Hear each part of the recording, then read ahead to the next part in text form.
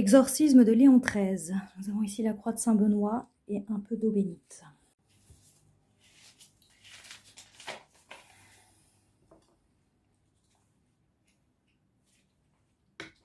In nomine Patris et Filii et Spiritus Sancti. Amen. Extorcat Deus et disciplentur inimici eius et fugiant coioderunt euma facie eius. Sicut deficit fumus deficians, sicut fluit cera facie inis, sic pereant peccatores a facie Dei. Judica Domine nocentes me, expunia impugnantes me, confundantur et revereantur, querentes animam meam. Avertantur et rossum et confundantur, cogitantes mihi mala. Fians tam quam pulvis ante faciem venti, et angelus Domini coartant semus. Fiat via illorum tenebrae et lubricum, et angelus Domini persequensemus.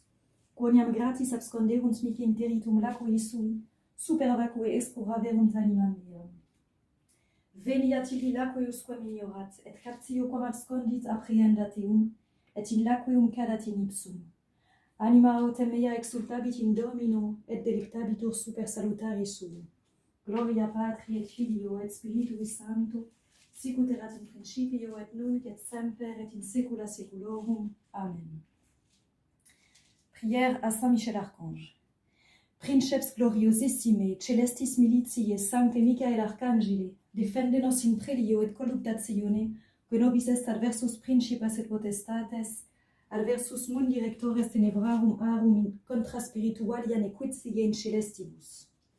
Veni in auxilium hominum, quos Deus creavit in exterminabiles, et ad imaginem similitudinis sue fecit, et a tyrannide diaboli emit pretium manio. Preliare hodie, cum beatorum angelorum exercitu prelia Domini, sicut pugnas iolim contra ducem superbie Luciferum, et angelos eius apostaticos, et non valuerunt, neque locus inventus est eorum amplius in cielo. Sed proiectus est Draco Ilemanius serpens antiquus, qui vocatur diabolus et Satanas, qui seducit universum orbem, et proiectus est in terram, et angeli eius cum illum missi sunt. En antiquus inimicus et homicida vehementer erectus est, transfiguratus in angelum lucis, cum tota malignorum spirituum, cater valate circuit et invalit terram, ut inea deleat nomen Dei et Christi eius, animasque ad eterne gloriae coronam destinatas, furetur, mactet, ac perdat in sempiternum interitum. Virus nequitiae sue, tam quam flumen immundissimum, Draco maleficus transfundit in homines depravatos mente et corruptos corbe. Spiritum mendaci, impietatis et blasphemiae, alitumque mortiferum luxuriae, vitiorum omnium et iniquitatum. Ecclesiam, ani immaculatis sponsam. Va ferimi hostes repleverunt amaritudinibus, inebriarunt absintio. Ad omnia desiderabilia eius impias miserunt manus. Ubi sedes beatissimi Petri et cathedra veritatis ad ducem gentium constituta est, ibi tronum possuerunt abominationibus impietatis sui. Ut percusso pastore et gregem disperdere valeant. Ad esto itaque dux invictissime populo Dei contra irrumpentes spiritales nequitias et fac victoriam. Te, custodem et patronum sancte veneratur ecclesia. Te gloriatur defensore adversus terrestrium et infernorum nefarias potestates. Tibi tralidi Dominus animars redemptorum in superna felicitate locandas. Deprecare Deum pacis, ut conterat Satanam sub pedibus nostris. Ne ultra valiat captivos tenere homines et ecclesiae nocere. Ofer nostras preces in conspectu altissimi, ut cito anticipent nos misericordiae Domini, et apprehendas draconem, serpentem antiquum, quies diabolus et Satanas, ac ligatum mitas in abyssum, ut non seducat amplius gentes. Inc tuo confisi presidio ac tutela, sacra sancte matris ecclesia auctoritate, ad infestationes diabolice fraudis repellendas in nomine Iesu Christi Dei et Domini nostri, fidentes et securi agredimur. Ecce crucem Domini, fugit e partes adverse, vicit Leo de tribu Iuda radix David, fiat misericordia tua Domine super nos, quem ad modum speravimus in te. Domine exaudi orationem meam et clamor meus ad te veniat. Oremus. Deus et Pater Domini nostri Iesu Christi, invocamus nomen sanctum tuum et clementiam tuam supplices exposimus. Ut per intercessionem immaculate semper Virginis Dei Genetricis Mariae, beati Michaelis Arcangeli, beati Iosef, eiustem beate Virginis Sponsi, beatorum apostolorum Petri et Pauli et omnium sanctorum, adversus Satanam, omnesque radios immundo spiritus, qui ad nocendum humano generi, animasque perdendas, pervagantur in mundo, nobis auxilium prestare digneris, per eundem Christum Dominum nostrum. Amen. Exorcisme. Exorcizamus te, omnis immunde spiritus, omnis satanica potestas, omnis incursio infernalis adversarii, omnis legio, omnis congregatio et secta diabolica, in nomine et virtute Domini nostri Iesu Christi. Eradicare et effugare a Dei Ecclesia, ab animabus ad imaginem Dei conditis, ac precioso divini annis sanguine redemptis.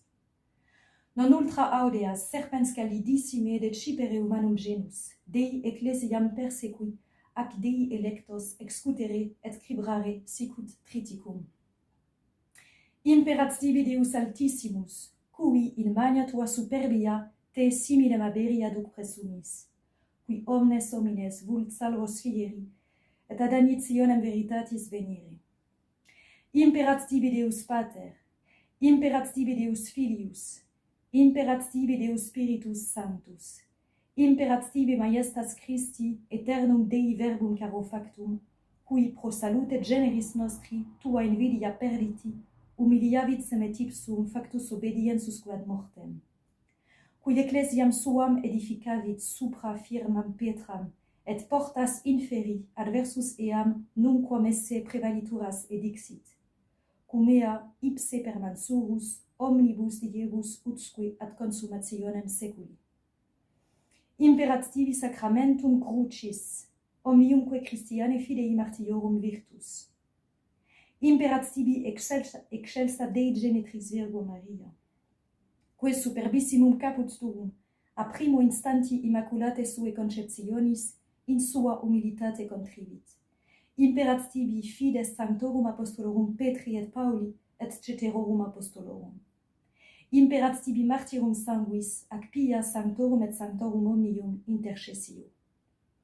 Ergo, Draco maledicte, et omnis legio diabolica, adiuramus te, per Deum vivum, per Deum verum, per Deum sanctum, per Deum qui sic dilexit mundum, ut filium suum unigenitum daret, et omnis qui credit in eum non pereat, sed habeat vitam aeternam. Cessa decipere humanas creaturas, e isque eterne perditionis venenum propinare. Desine ecclesiae nocere, et elius libertati laqueus indicere. Vade Satana, inventor et magister omnis fallaciae, hostis humane salutis. Da locum Christo, in quo nihil invenisti de operibus tuis.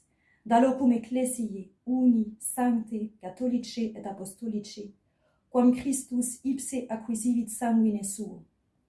Humiliare sub potenti manu Dei, contremisce et effuge, invocato a nobis sancto et terribile nomine Iesu, quam inferi tremunt, cui virtutes celorum ac potestates et dominationes subjecte sunt.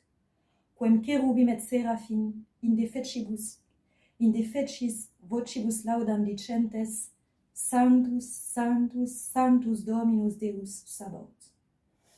Domine, exaudi orationem meam et clamor meus ad te veniat.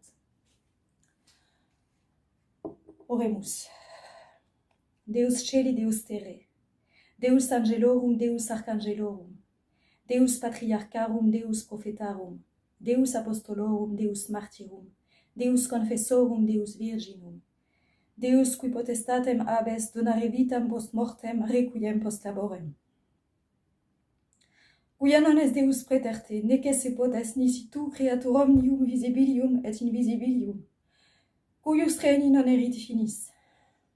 humiliter maestati gloriae Tue supplicamus, ut ab omni infernalium spirituum potestate, laqueo, deceptione et nequitia nos potenter liberare,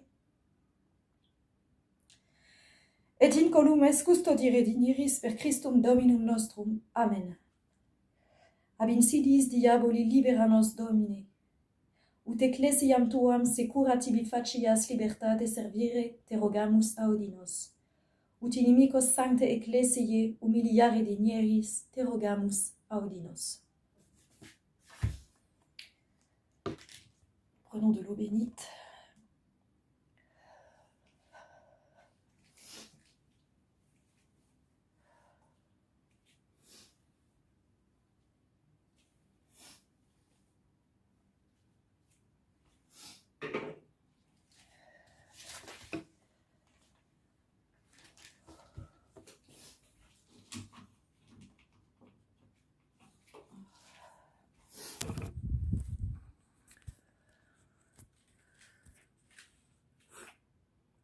Auguste Reine des cieux et souveraine maîtresse des anges, vous qui dès le commencement avez reçu de Dieu le pouvoir et la mission d'écraser la tête de Satan, nous vous le demandons humblement, envoyez vos légions saintes, pour que sous vos ordres et par votre puissance, elles poursuivent les démons, les combattent partout, répriment leur audace et les refoulent dans l'abîme. Qui est comme Dieu? Ô bonne et tendre Mère, vous serez toujours notre amour et notre espérance. Ô divine Mère, envoyez les saints anges pour nous défendre et repousser loin de nous le cruel ennemi. Saints anges et archanges, défendez-nous, gardez-nous. Au nom du Père et du Fils et du Saint-Esprit, ainsi soit-il.